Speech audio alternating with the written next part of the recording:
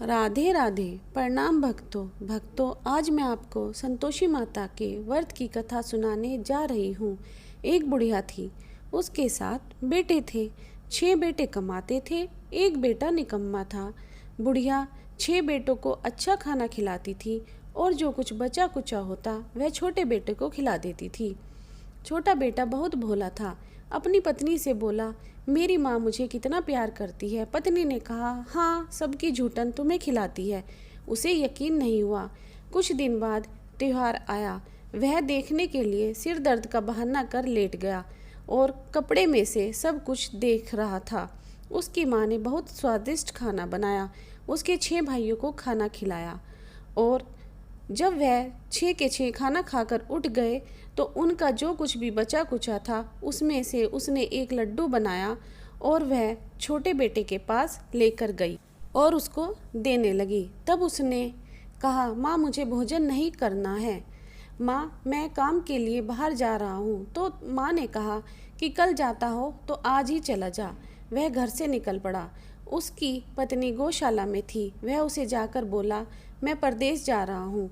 उसकी पत्नी ने कहा, तुम वहाँ जाकर मुझे भूल मत जाना, मुझे अपनी कुछ निशानी दे दो। उसने कहा कि मेरे पास तो यह अंगूठी है, तुम इसे ले लो और तुम अपनी भी मुझे कोई निशानी दे दो। तब उसने कहा, मेरे पास क्या है, यह गोबर का हाथ है, और उसकी पीठ पर गोबर का हाथ छाप दिया। वह परदेश चला गया। साहूकार की दुकान में जाकर उसने नौकरी मांगी। साहूकार को नौकर की ज़रूरत थी, उसने उसको रख लिया। लड़के ने पूछा, तनख्वाह क्या दोगे? साहूकार ने कहा, तुम्हारा काम देखकर दूंगा। कुछ दिनों में दुकान का सारा हिसाब किताब वह खुद करने लगा। साहूकार ने भी उसका काम देखा और उसको अच्छा लगा। उसने अपने मुनाफे में उसको साझेदार बना लिया। वह 12 वर्ष तक बहुत बड़ा सेठ बन गया और घर पर उसकी पत्नी को उसके सास ससुर दुखी करने लगे।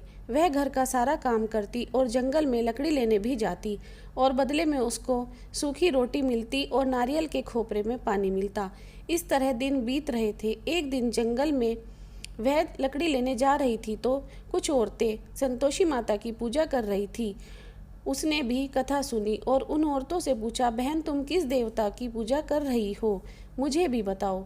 तब औरतों ने कहा कि यह संतोषी माता का व्रत है, इसके करने से मन की चिंता दूर होती है, घर में सुख समृद्धि आती है और आपकी जो भी मनोकामना होती है संतोषी माता की कृपा से पूरी हो जाती है। वह पूछने लगी, यह व्रत कैसे किया जाता है? तब एक औरत बोली कि 1.25 रुपये का, 5.25 का या 11.25 रुपये, जितनी भी इच्छा हो, गुड़ चना लेना।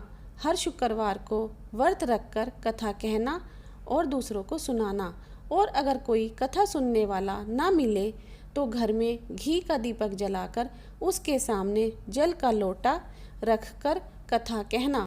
लेकिन ध्यान रहे, जब तक आपका काम पूरा ना हो तब तक यह व्रत ना टूटे, और काम पूरा होने पर उद्यापन करना चाहिए, बीच में नहीं। उद्यापन में 8 लड़कों को भोजन कराना, लड़के घर परिवार या पड़ोसियों के हों। यह सुनकर बुढ़िया की बहू अपने घर के लिए चली। रास्ते में लकड़ी की गठड़ी बेचकर उन पैसों से गुड़ चना लिया और माता के व्रत की तैयारी की। रास्ते में संतोषी माता के मंदिर में जाकर माता के चरणों में लौटने लगी और बोली, माँ मैं आपके व्रत के बारे में कुछ भी नहीं जानती हूँ, मैं बहुत दुखी हूँ, मेरा दुख दूर करो। माता को दया आई। एक शुक्रवार बीतने पर दूसरे शुक्रवार को उसके पति का संदेशा आया, तीसरे को उसके भेजे हुए पैसे आए।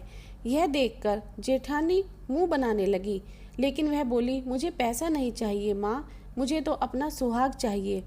तब माता ने प्रसन्न होकर कहा, जा बेटी, तेरा पति आएगा। माता सोचने लगी कि मैंने इसे कह तो दिया कि तेरा पति आएगा, लेकिन वह तो इसे सपने में भी याद नहीं करता, उसको याद दिलाने मुझे ही जाना पड़ेगा। तब माता ने उसके सपने में जाकर कहा, साहूकार के बेटे सोता है या जागता है? वह बोला, माँ न सोता हूँ न जागता हूँ, बीच में ही हूँ, कहो क्या आज्ञा है? माँ बोली, तेरा घर बार नहीं है क्या? वह बोला, मेरा सब कुछ है, माँ बाप भाई बहन पत्नी, क्या कमी है? माँ बोली, तेरी पत्नी घोर कष्ट उठा रही है, वह तेरे लिए तरस रही है, तू उसके पास जा। तब वह बोला, परदेश की बात है, लेन देन का हिसाब नहीं, जाने का रास्ता नजर नहीं आता, कैसे जाऊँ माँ। माँ कहने लगी, मेरी बात मान, सवेरे उठ के संतोषी माता का नाम ले, घी का दीपक जला और प्रणाम करके दुकान पर जा बैठ, तेरा सब लेन देन हो जाएगा। उसने सुबह उठकर कुछ लोगों से अपने सपने की बात कही।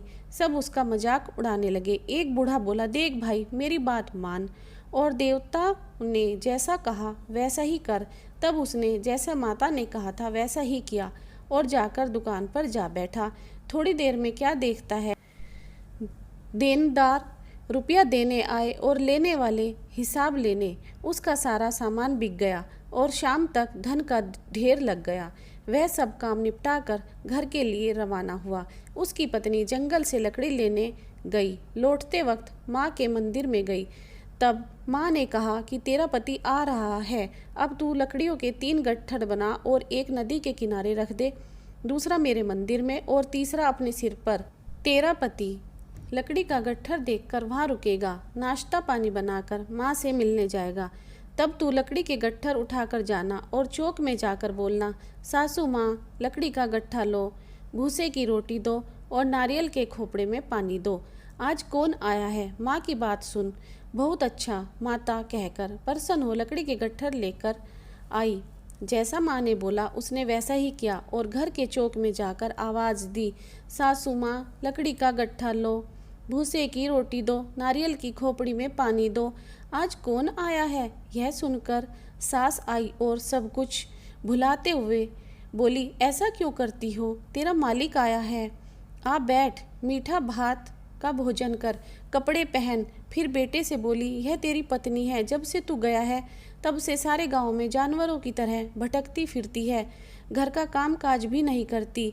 वह बोला, ठीक है माँ, मैंने इसे भी देखा और तुम्हें भी, मुझे दूसरे घर की चाबी दो।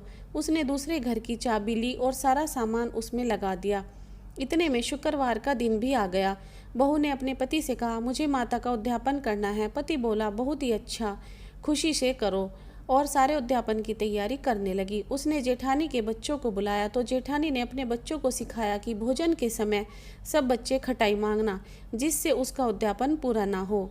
लड़कों ने खीर पेट भर कर खाई और याद आते ही कहने लगे, हमें खटाई दो, खीर खाना हमें अच्छा नहीं लगता।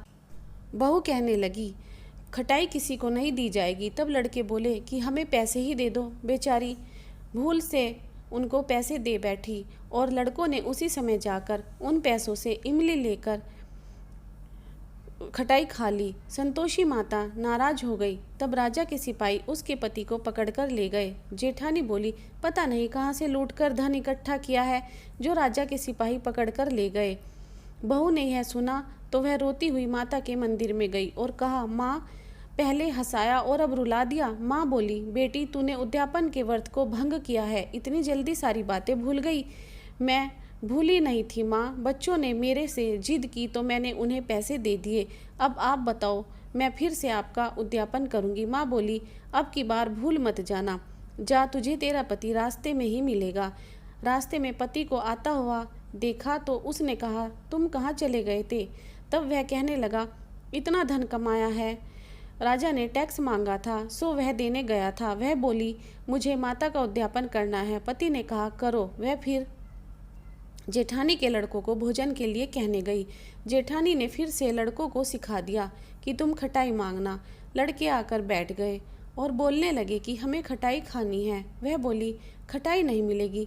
तब उसने ब्राह्मणों के लड़कों को बुलाकर उन्हें खीर खिलाई और दक्षिणा दी और एक एक फल भी दिया। इससे संतोषी माता खुश हुई और माता की कृपा से 9वें महीने में चंद्रमा के समान उसके सुंदर बेटा पैदा हुआ।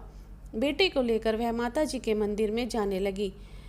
माँ ने सोचा कि यह रोज आती है, आज क्यों ना मैं इसके घर चलूँ। माता ने बिना उसको बताए और गुड़ चने से अपने मुख को सान कर और उसके ऊपर मक्खियाँ भिन भिन आ रही थी, उसकी दहलीज पर पाँव रखा। उसकी सास झल्लाई, देखो तो कौन डायन आई है, इसे भगाओ नहीं तो किसी को खा जाएगी। बच्चे डरने लगे। छोटी बहू रोशनदान में से सब देख रही थी। वह माता को पहचान गई और पागलों की तरह चिल्लाने लगी, आज मेरी माता मेरे घर आई है, आज मेरी माता मेरे घर आई है। इतने में सास को गुस्सा आ गया। अरे यह कौन है जिसे देखकर इसने अपने बच्चे को भी पटक दिया। इतने में माँ के प्रताप से जहाँ देखो लड़के लड़के नजर आने लगे। वह बोली, माँ जी, मैं जिनका व्रत कर रही थी यह वही संतोषी माता है। और इतना कहते हुए उसने दरवाज़ा खोल दिया। सब ने माता के चरण पकड़ लिए और विनती करने लगे, हे माता, हमारा जो भी गुनाह हो उसे माफ़ करना। हम अज्ञानी हैं, पापी हैं, तुम्हारे व्रत की विधि हम नहीं जानते। तुम्हारा व्रत भंग कर हमने बहुत बड़ा अपराध किया है। माता, हमारा अपराध क्षमा करो। इस प्रकार माता प्रसन्न हुई। माता ने बहू को जैसा फल दिया वैसा सबको दे। जो पढ़े उसका मनोरथ पूर्ण हो। बोलो संतोषी माता की जय।